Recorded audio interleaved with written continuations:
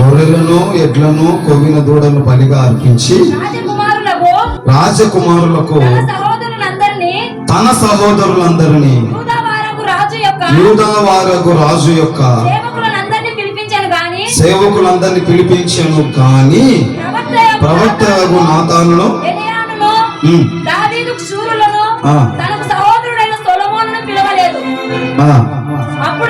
అప్పుడు సొలొమోను తల్లి అయిన బెత్షెబాతో చెప్పినదేమనగా హగ్గీతు కుమారుడైన అదోనియా ఏలుచున్న సంగతి నీకు వినబడలేదా? అయితే ఈ సంగతి మన ఏలినవాడైన దావీదుకు తెలియే ఉన్నదా? కాబట్టి నీ ప్రాణమును నీ కుమారుడైన సొలొమోను ప్రాణమును రక్షించుకొనుటకై నేను నీకు ఒక ఆలోచన చెప్పెదను, విను. హల్లెలూయా. ఏమంటున్నాడు? నీ ప్రాణమును నీ కుమారుడైన సొలొమోను ప్రాణమును రక్షించుకొనుటకై. అంటే ఇప్పుడు వీళ్ళ ప్రాణాలకు ఏమొచ్చినాయి? ఏమొచ్చింది వీళ్ళ ప్రాణాలకు? హల్లెలూయా. వీళ్ళ ప్రాణాలకు ఏమొచ్చిందంటే ముప్పు. ఏమొచ్చింది? వీళ్ళ ప్రాణాల మీదకి వచ్చేసిందంటే వీళ్ళ ప్రాణాలకు ముప్పు ఉంది.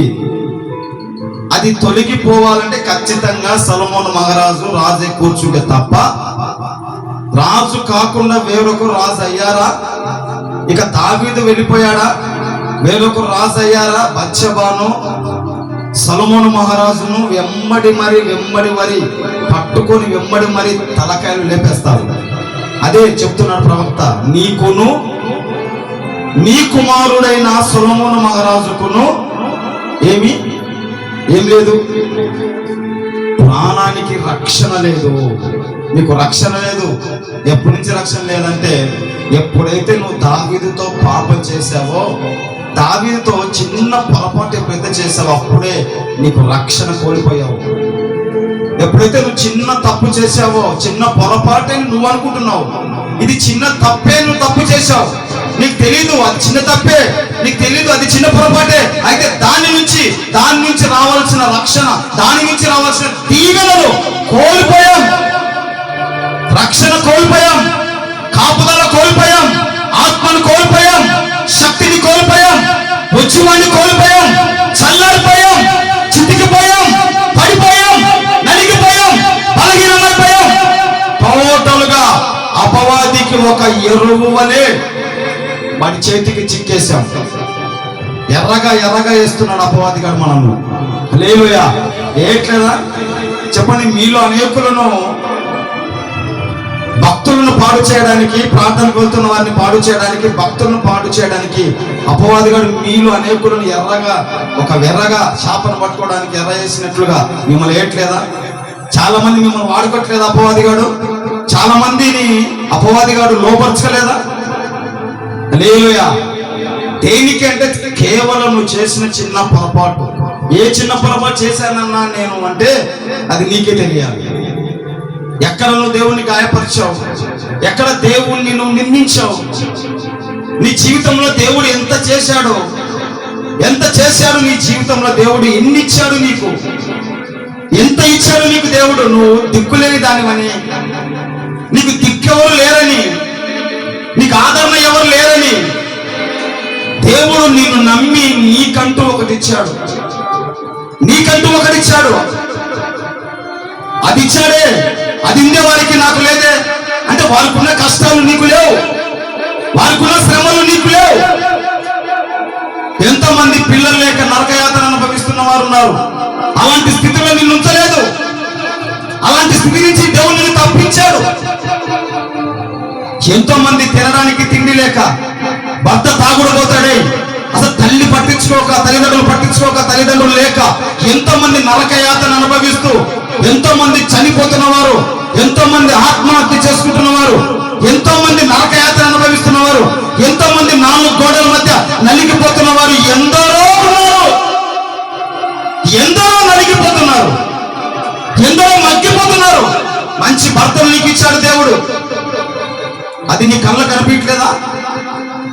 మంచి కుమారుని ఇచ్చాడు, మంచి కుమార్తెనిచ్చాడు, అది నీ కళ్ళ కనిపించలేదా? మంచి కుమారుని ఇచ్చి నీకు అది కనపట్టలేదా? నీ కుమారుని కళ్ళకు అందును బట్టి దేవుణ్ణి స్తుతించవా? అందును బట్టి దేవుణ్ణి ఆరాధించవా? మంచి భర్తనిచ్చాడు నీకు, అందును బట్టి దేవుణ్ణి ఆరాధించవా? ఏదో ఒక చిన్న పొరపాటును బట్టి, ఏదో ఒక చిన్న లోపాన్ని బట్టి, ఏదో ఒక చిన్న తప్పును బట్టి దేవుణ్ణి నిందిస్తావా? దేవుని గాయపరుస్తావా? నువ్వు చేసేవే చిన్న తప్పు, నువ్వు నిందించావే చిన్నది. ఆ చిన్న మేకే నీకు దిగింది లోపలికి, నీకు దిగట్లేదేమో. బచ్చబ అనుకుంది ఏం కాదులే అనుకుంది. దావీదు అనుకున్నాడు ఏం కాదులే అనుకున్నాడు. దావీదు చిన్న తప్పులే, ఒక్కసారే 5 నిమిషాలే అనుకుంది బచ్చబ, అనుకున్నాడు దావీదు. ఈ తప్పును ఊరియా మీదకు తోసేద్దాములే అనుకున్నాడు.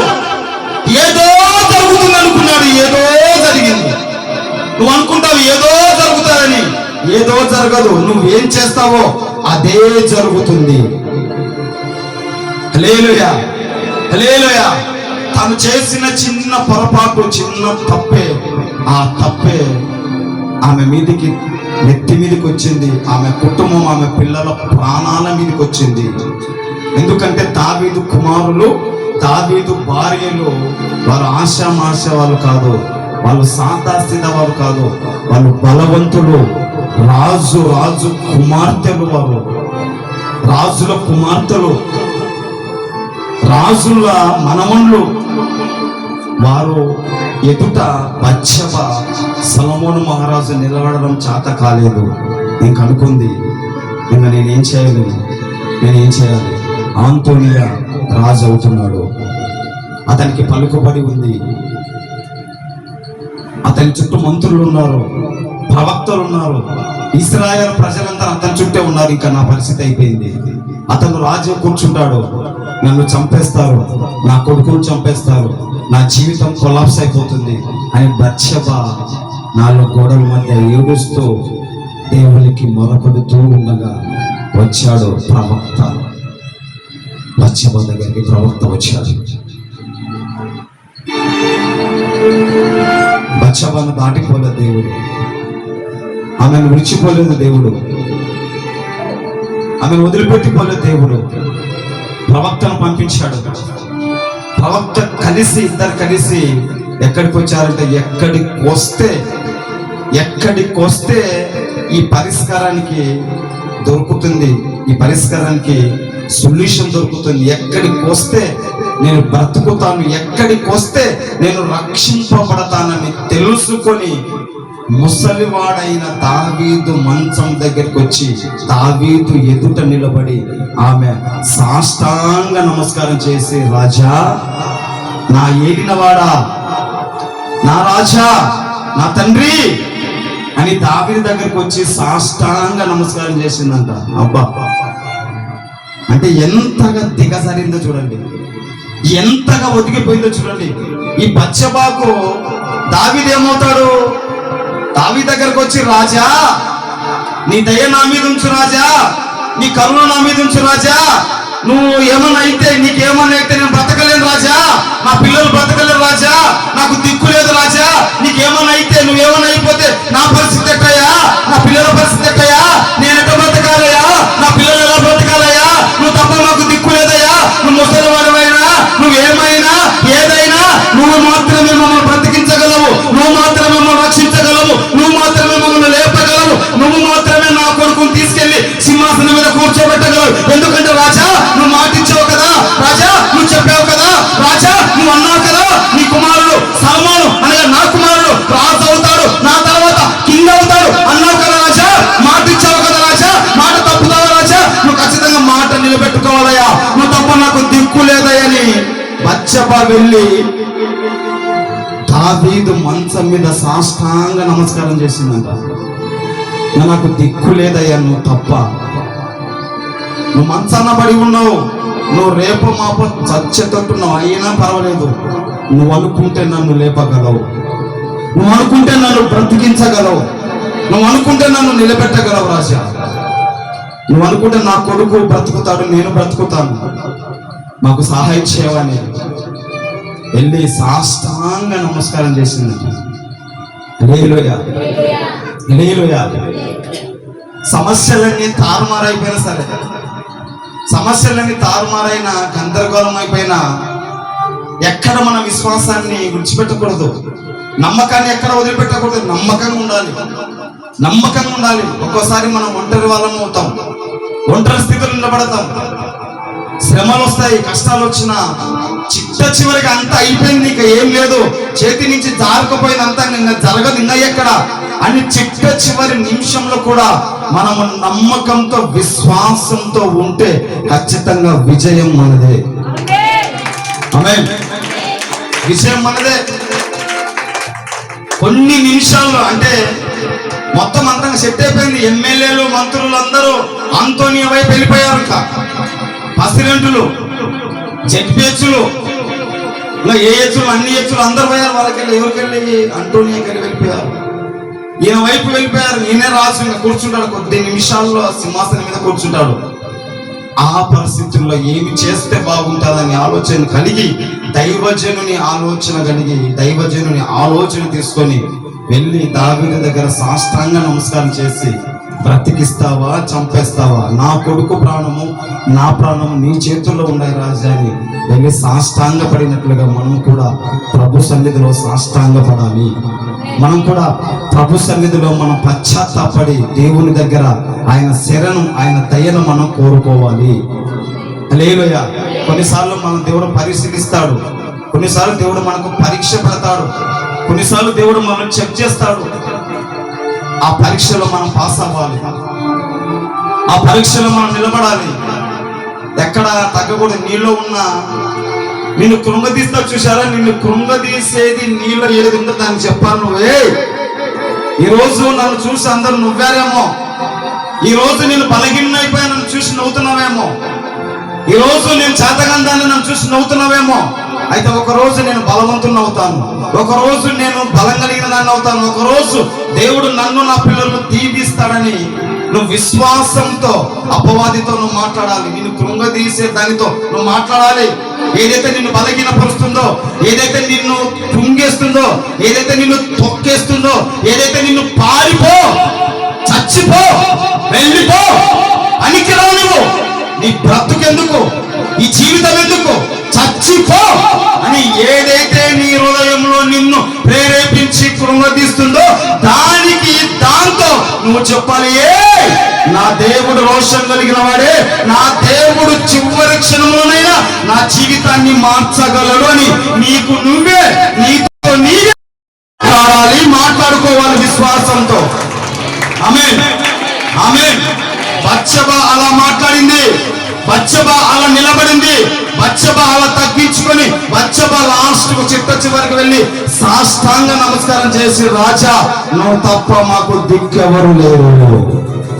ఆమేన్, ఆమేన్, ఆమేన్.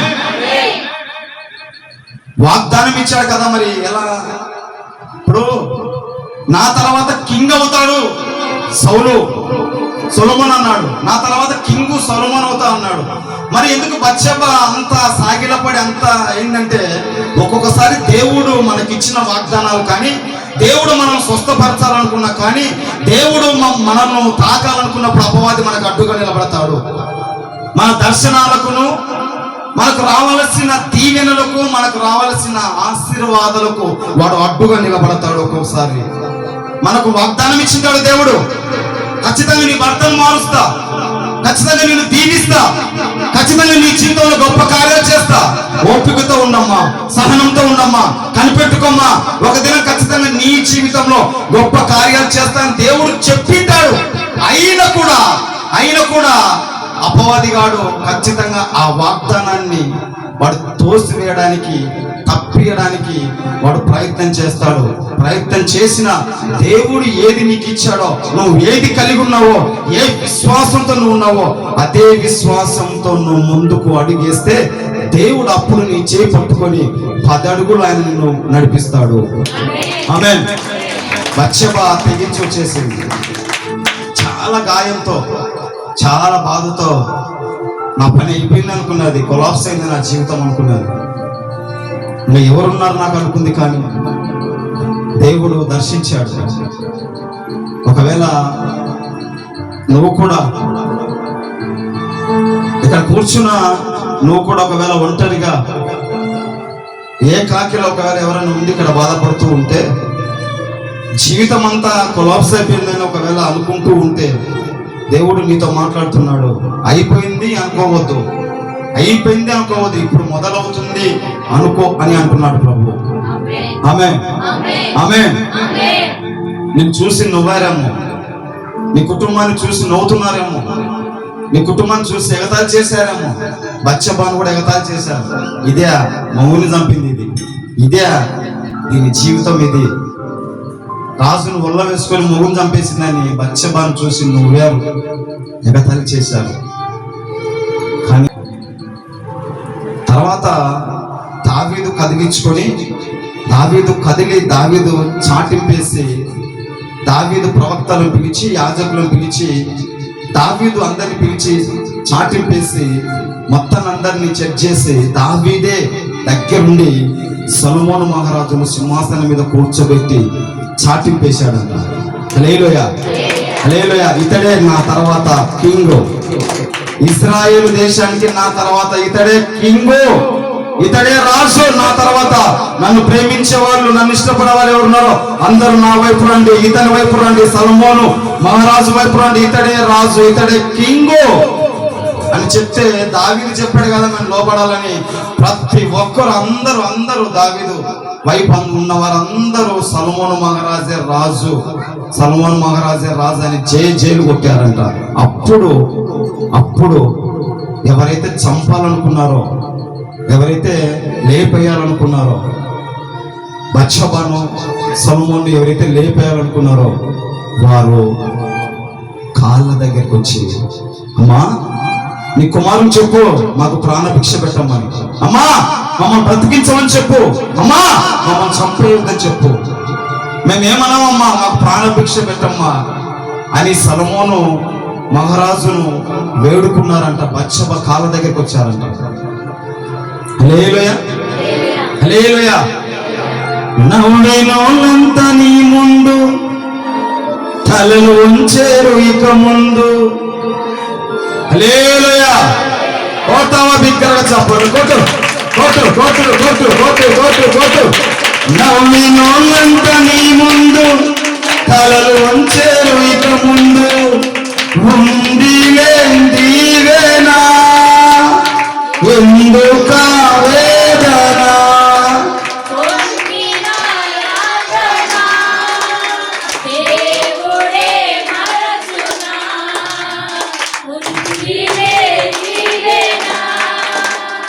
ఎందుక వేదన, పలుకాకి లోకం నిందించిన ఏకాకి వై నీవు రోధించిన, పలుకాకి లోకం నిందించిన ఏకాకి వై నీవు రోధించిన.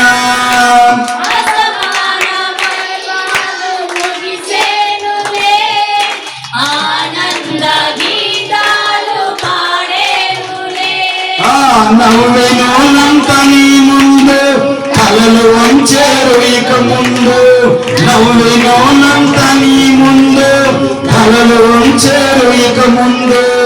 ఉందిలే దీవెనా ఎందుక వేదన. హల్లెలూయా. దేవుని నామానికి మహిమ కలుగును గాక. ఆమేన్, ఆమేన్. ఎంతమంది నిన్ను చూసి నవ్వారో, నువ్వు రోషం ఉంటే, నీకు పౌరుషం ఉంటే, దేవుని నువ్వు ఖచ్చితంగా బత్షెబా వలె నువ్వు పెన వేసుకోవాలి. ఎంతమంది చూసి నిన్ను నవ్వారో, ఎంతమంది నిన్ను చూసి ఎగతాళి చేశారు, ఎంతమంది నీ కుటుంబాన్ని చూసి, నిన్ను చూసి, నీ పిల్లలు చూసి ఎంతమంది మిమ్మల్ని చూసి నవ్వారో, నువ్వు దేవుణ్ణి పెన వేసుకోవాలి. ఆ నవ్వినోళ్ళందరూ వారందరూ వచ్చి నీ ఎదుట ఒకరోజు సాష్టాంగ నమస్కారం చేయాలి ప్రభు అని ప్రార్థన చేయాలి. ఎలా? బత్షెబా వలె. ఒకసారి అందరు నిద్రపోతున్న వాళ్ళు చప్పలు కొట్టండి, కొట్టండి. నిద్రపోతున్న వాళ్ళు చప్పలు కొట్టాలి. ఒకసారి నిద్రపోయి లేచారన్నమాట. ఆమేన్. నిద్ర వెళ్ళేశారు అనమాట. దేవుని నామానికి మహిమ కలుగును గాక. నువ్వు నిద్రపోతున్నావు కనుకనే నీ సంసారం అలా ఏడ్చింది, నీ భర్త అలా ఏడ్చారు, నీ పిల్లలు అలా ఏడ్చారు. నిద్రపోకూడదు, మెలకువ కలిగి ఉండాలి, సిద్ధంగా ఉండాలి, జాగ్రత్తగా ఉండాలి, తగ్గించుకొని ఉండాలి. ఎప్పుడు ఏం జరుగుతుందో, ఎక్కడ ఏం జరుగుతుందో, ఎప్పుడు ఎలా అపవాది రియాక్ట్ అవుతున్నాడో నీవు మెలకువ కలిగి ఉండాలి, సిద్ధంగా ఉండాలి. సిద్ధంగా లేకుండా, మెలకువ లేకుండా నువ్వెంత కష్టపడినా, ఎంత ప్రయాసపడినా, నువ్వెంత కష్టపడి ఎంత కార్చి నువ్వెంత డబ్బులు మిగిలిచ్చినా అదంతయు చినిగిన సంచులో వేసినట్లే. ఆమేన్, హల్లెలూయా. అందుకే మెలకువ కలిగి ఉండాలి, నిద్రపోకూడదు, మెలకువ కలిగి ఉండాలి. మెలకువ కలిగి ఉండాలంటే ఏమన్నా రాత్రి అంతా పగలంతంలో నీ భర్త జీవితంలో, నీ కుటుంబంలో ఏం జరుగుతుంది, ఏం జరగబోతుందో ముందుగానే నువ్వు మెలకువ కలిగి పసిగట్టి జాగ్రత్త పడి సిద్ధంగా ఉండాలి.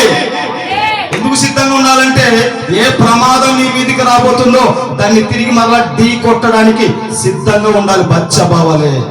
ఆమేన్, ఆమేన్. వచ్చింది ప్రమాదం బచ్చబా మీదకి. ఏం చేసింది?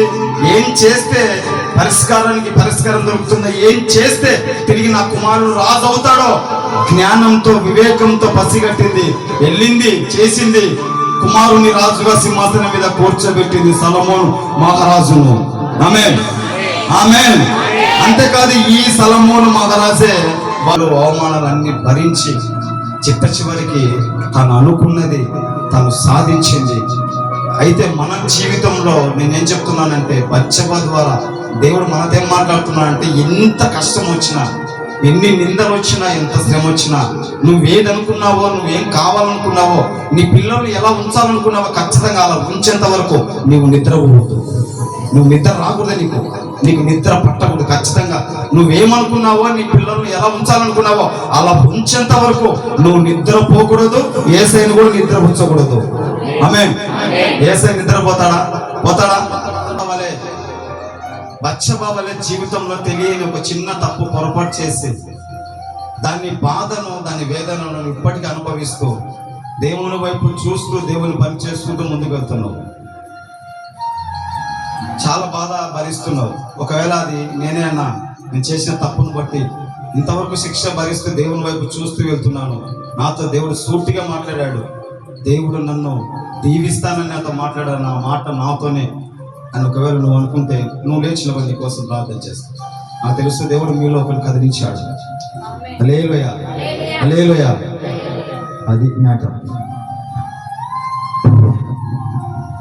ఎవరో ఒకరు కదిలారు, కదలకుండా పోరు. ఖచ్చితంగా కదిలాడని దేవుడు నాకు చెప్పాడు కనుక ఒక చిన్న పొరపాటు చేసి కుమారుడు దాని వలన ఇప్పటి వరకు నష్టాన్ని, బాధని ఇప్పటి వరకు భరిస్తూనే ఉన్నాడు బచ్చబా వలె.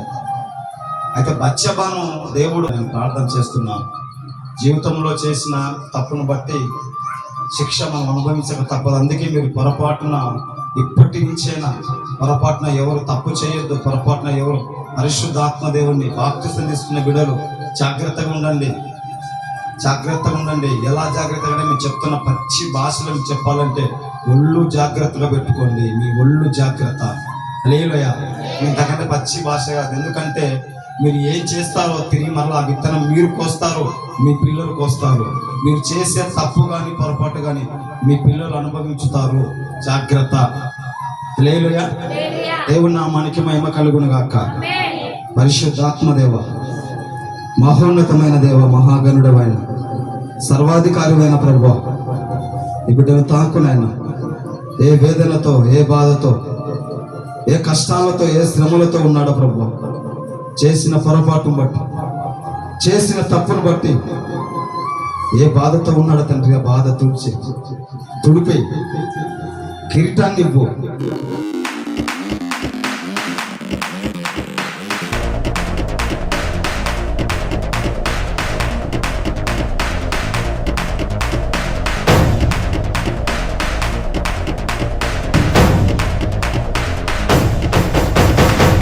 ఆరంభమైంది రెస్టోరేషన్, నా జీవితంలో నా న్యూ సెన్సేషన్ ఆరంభమైంది రెస్టోరేషన్. నా జీవితంలో నా న్యూ సెన్సేషన్. నేను పోగొట్టుకున్నవన్నీ నా మేలు కోసం నా ప్రభువు సమకూర్చి దీవించులే. మునుపు సాధించలేని ఎన్నో ఘనమైన పనులు ఇక ముందు నా చేత చేయించులే. మునుపటి మందిర మహిమను మించే రెస్టోరేషన్ రెస్టోరేషన్. కడవరి మందిర ఉన్నత మహిమే రెస్టోరేషన్ రెస్టోరేషన్. రెండంతలు నాలుగంతలు ఐదంతలు ఏడంతలు నూరంతలు వెయ్యంతలు ఊహలకు మించేటి మునుపటి మందిర మహిమను మించే రెస్టోరేషన్ రెస్టోరేషన్.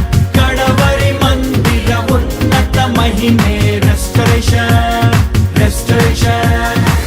ఆరంభమైంది రెస్టోరేషన్. నా జీవితంలో నా న్యూ సెన్సేషన్.